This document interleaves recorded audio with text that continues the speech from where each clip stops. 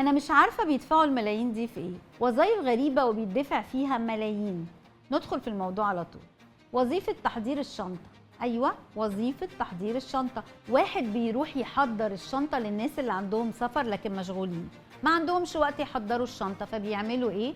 بيكلموه يقولوا له تعالى حضر لنا الشنطة. أجره كام بقى؟ $250 في الساعة الواحدة، يعني بالجنيه المصري لو هيشتغل 8 ساعات هيعمل 100,000 جنيه في اليوم، وبيعدي 30 مليون جنيه في السنة. وظيفة تانية بقى اسمه إيه؟ وظيفة تجارب دراسات النوم. ده واحد بيروح ينام في الأماكن اللي بتعمل دراسات النوم. أجره كام؟ أجره في الليلة الواحدة $1000، يعني 50,000 جنيه مصري عشان يروح ينام. أقصد هينام عندهم ليلة لمدة شهر، أجره بقى هيبقى كام؟ 18 مليون جنيه في السنة. متهيألي بقى إن ده نوم الهنا اللي بيقولوا عليه. في وظيفة تانية بقى اسمها إيه؟ محترف العناق.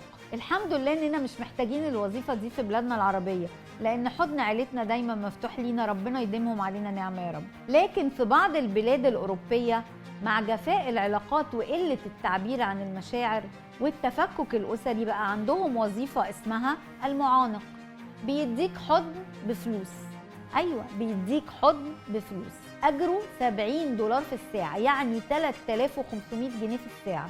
يعني لو هيشتغل 8 ساعات في اليوم هيعدي 8 مليون جنيه في السنة. وظيفة تانية بقى اسمها إيه؟ وظيفة مستنشق الروائح، البرفيومز. ده بقى بيشم البرفيوم قبل ما ينزل السوق ويقول رأيه.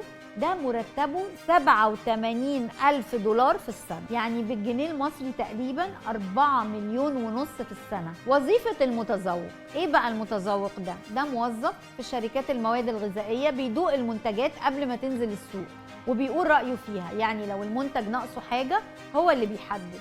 ده بقى مرتبه $60,000 في السنة، يعني أكتر من 3 مليون جنيه في السنة. وظيفة مختبر ألعاب. يعني إيه مختبر ألعاب؟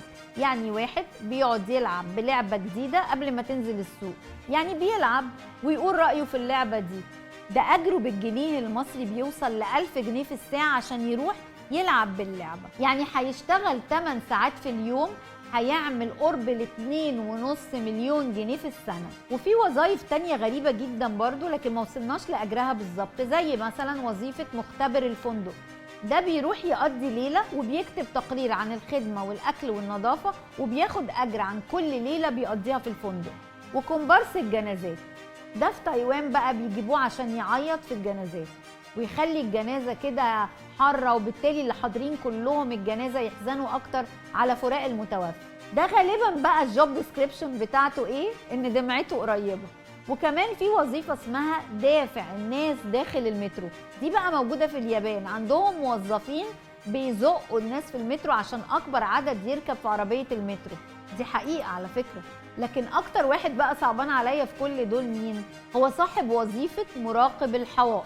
ده موظف في شركات الدهانات، بيقعد يراقب الحيطة وهي بتنشف بعد الدهان، وبيكتب تقرير عن مدى سرعة امتصاص الحيطة للدهان الجديد. قول لنا كده، لو ما كنتش بتشتغل شغلك الحالي كنت هتبدع في أنهي وظيفة من الوظائف دي؟